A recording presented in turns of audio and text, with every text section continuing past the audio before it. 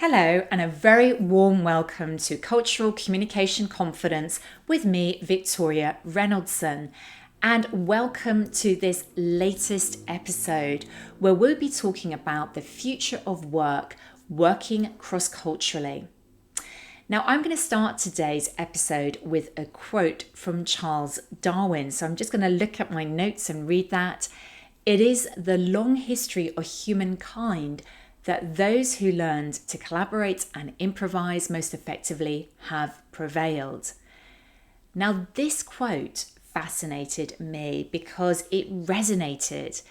This was Charles Darwin writing almost 200 years ago at the time of the Industrial Revolution, when there was huge social and work change going on. And he was talking about ancient human history, our evolution, and what actually helped us to survive. And yet these words resonated with me when I thought about this topic, the future of work and working cross-culturally, because it really focused in on two words for me. Those who are going to be successful are the people who learn to collaborate and improvise. And that is so true in this current moment and in the future of work, as it was 200 years ago, as it has been for our whole human evolution. Now, this is important, and I want to share my views in this particular episode about those critical skills, our particular success factors that will make the difference when we think about the current moment of AI coming in and what the future work might look like. This was part of a recent keynote that I did for Roehampton University for their Global Leadership Programme, where I was talking at their Future of Work conference. And I thought it was really helpful to share some of the top line thoughts that I was sharing in that keynote. So let's talk about what's going on right now. Well, when we think about working cross-culturally and thinking of working in global diverse teams, it is challenging. It is challenging to bring people together virtually, to get them behind a goal and motivated to work well together. When it works, it's fantastic. When it doesn't work, it is incredibly challenging and puts at risk project delivery, business delivery, and sales. And it is particularly challenging when you consider that 86% that is, think that communication is challenging in virtual teams. So it is something that many people, the majority, experience. Then we have 90% of executives who consider cultural intelligence as a top priority for their new hire. Now, this is interesting because it says to me that senior executives are looking for these skills around adaptability, want to know that people are taking a smart approach to working across different cultures, but they're not always finding what they're looking for in the people that they're interviewing. And then finally, we couldn't talk about the future of work without really talking about what's going on with AI right now. And I did a whole episode on that, actually not so long ago, probably a few episodes back, and I'll put a link in the show notes to that. But, the reality is AI is disrupting the way that we're working. And when I think about the future work, actually, we're not really talking about 10 years' time or 5 years' time, or even next year. We're talking about right now. Things are evolving so rapidly. In fact, in a matter of weeks and days, things are changing all the time. So it's really up to us to really understand what we do with that. How do we work successfully in this new environment, in the future work that is really happening right now? Now, for me, this is all about navigating this culturally diverse world with AI. And the first kind of part of this is really understanding what are the critical success factors. How do we do this successfully? For me, this is very much about human skills. And I've talked about this topic previously. But what I mean by human skills is really considering those skills that give us that human differentiating edge. It basically means thinking about how do we stand out, not only in a crowded job market, which is very, very competitive, particularly in economic challenging times, but also how do we stand out as humans compared to AI? Are we really clear where we add value and where we are going to make the difference in the future when AI can automate so much? Well, those human skills really consist for me of 3 pillars. The first pillar is about communicate and collaborate.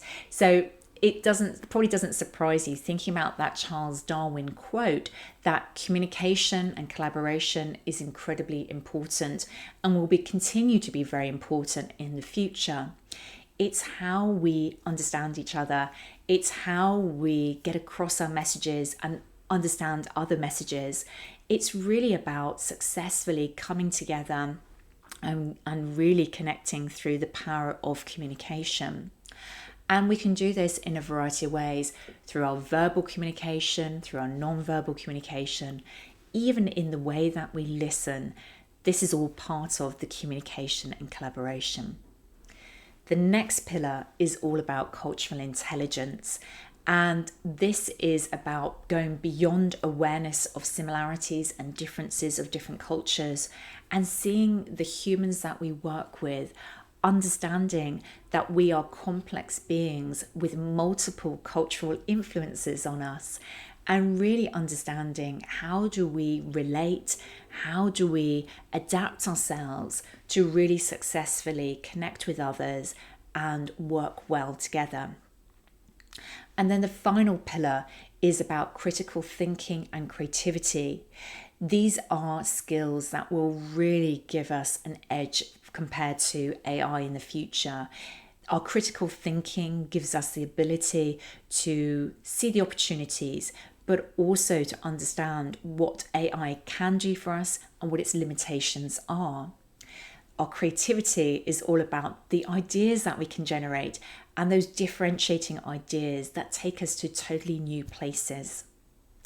So the combination of these 3 pillars altogether make up our human skills, and it is my belief that they give us the human differentiating factor.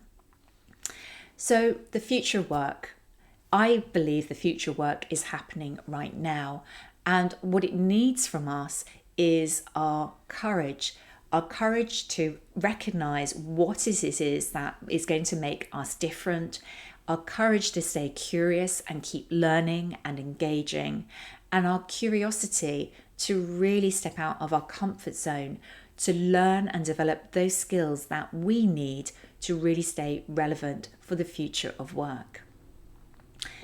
Now, the questions to really reflect on as we come to the end of today's episode are really about what you believe the future work looks like for you. Which of the pillars, which of the key human skills do you believe are really important for you to work on? And where do you see yourself in the future of work? Next year, 5 years' time, 10 years' time? I think these are really important questions for us all to be asking ourselves and really making sure that we have the skill set to maintain our edge. So thank you so much for joining me today to talk about this particular topic.